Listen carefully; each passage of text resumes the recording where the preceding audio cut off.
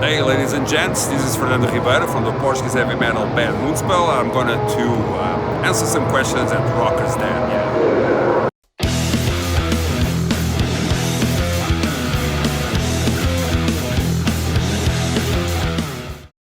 So, if I have any pre-show rituals about that, before the show, my favorite ritual is to be left alone, really. I try to have at least half an hour, 1 hour for myself, to stretch, to do some vocal warm-up, and just to get in the mood, because on stage it's quite a sacred place. Nobody's going to call you or annoy you or whatever, so I have to be in a really cool context, and that's my pre-ritual.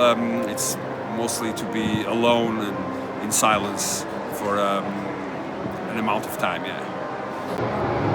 A huge fact that will surprise my fans. Without getting too particular, I'm a huge Dire Straits fan. I love it. It's nothing shocking. I don't have like a giant, something like that, but I love music, and some bands are like my serotonin, and Dire Straits, I listen to them so many times until people get annoyed. And actually on the last show with Paradise Lost, at London Astoria, we did a sound check and we played Sultans of Swing. So it's always a touchy question, what do I like the most about our fans? I think just the fact that they are our fans kind of blow me away. Because we come from a small country, Portugal, we had not a lot of expectations, there was not really tradition for metal bands to go outside Portugal playing. So I like this Semper Fi, under the spell kind of thing that we get together. I mean, to simplify it, it's called love for each other, and I think there's a very cool relationship of authenticity, Moonspell changes a lot, we're quite crazy and extravagant with our music, and people are always there for us, so I think that's what I like the most about them. It's that they put up with everything we do, and still we get away with it, so I have to say thank you, I think we are a kind of band that's has to be very grateful to the fans, because sometimes it is easy to be a Moonspell fan. So what is Moonspell doing, working on? The next release will be a DVD Blu-ray live album. It's our last album, Hermitage, played in its entirety, but it's particular because it was played in a natural cave, 80 meters deep below Earth, and it's called From Down Below. And it's just something really bizarre and something like you've never seen before. It's just, a metal band playing in a natural wonder of Portugal, and it's coming out in late September. And also, we're just like any other band, picking up the pieces, picking up the time, and we're going on tour. We did a lot of festivals. Tonight will be the last festival this summer for the summer festival season, Wacken.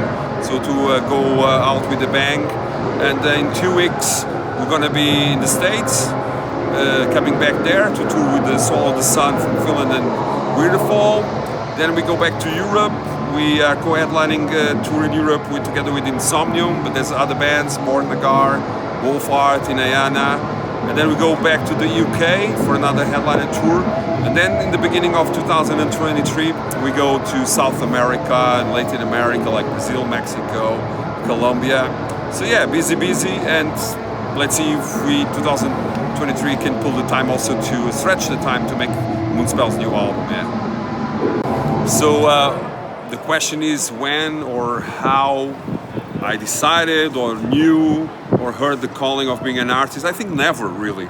I studied philosophy. I wanted to be a philosophy teacher, but I had a band back then, and I was in between two opportunities: to follow the academic life or to go on tour with Morbid Angel and Immortal.